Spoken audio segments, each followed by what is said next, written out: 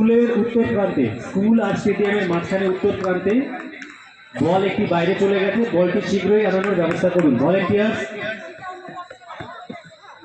একটি বল বাইরে চলে গেছে স্কুল এবং স্টেডিয়ামের মাঝখান দিয়ে, পিছন দিকে ওদিক থেকে বলটা আনানোর ব্যবস্থা করুন দ্রুতভাবে। বাদল দা, আপনি যদি থাকেন কাউকে দিয়ে বলটা আনানোর ব্যবস্থা করুন। অতুল দা, বলটা আনানোর ব্যবস্থা করুন দ্রুত।